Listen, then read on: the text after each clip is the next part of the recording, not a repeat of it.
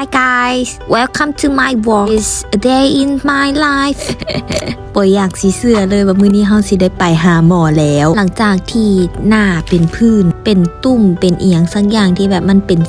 แดงๆโคโซแซอันนี้เป็นการไปหาหมอครั้งที่2ครั้งแรกหมอว่าแพ้ฝุ่นแพ้เอียงสักอย่างแพ้นู่นแพ้นี่แพ้นั่นแพ้หมดทุกอย่างบ่เคยชนะเลยก็เลยเป็นผู้หญิงเดือนนักสู้ต่อไปแต่ก็รู้สึกว่ามันดีขึ้นพอฮอตแล้วตอนเที่ยงเฮาก็กินข้าวเฮาสั่งเป็นผัดไทยแล้วก็ตำข้าวปุ้นกินกับหญิงแม่แล้วก็บิ๊กมื้อนี้รู้สึกบ่อยากหยังมาแบบชิวๆผัดไทยแซ่บใดอันนี้เป็นหน้าของน้องสายตอนเห็นกล้องจักเป็นอย่างมาเฮ็ดหน้าเยเกใส่กล่องขนาดกินอิ่มแล้วเฮาก็จะไปต่อไปซื้อเครื่องสำอางอยู่วัดสันเฮาต้องห้ามใจตัวเองเอาไว้ซื้อหลายบ่ได้บ่แม่นหยังซื้อหลายก็บ่มีเงินออกจากวัดสันอีแม่ก็ชวนไปโกบอนเฮาส์ไปเบิ่งเครื่องเฮือนที่เพิ่นอยากได้ว่าซั่นไปฮอดแล้วเฮาบ่มีแฮงหยังขอนอนพักอยู่ในรถก็เด้อแม่ส่วนแม่นั้นพนักงานล้นเหลือก็บ่ได้หมายความว่ามื้อนี้สิได้จบง่ายๆตอนนี้เฮามาต่อแมคโครมาซื้อของกินไว้ตุนเป็นเดือนบ่แม่นหยังซื้ออยู่นี่มันถูกเอาจากแมคโครแล้วเฮาก็มาซื้ออาหารแมวกับอาหารหนูจ้าก็สิฮอดโมงหมอนัดแล้วหมอนัดประมาณ 6 โมง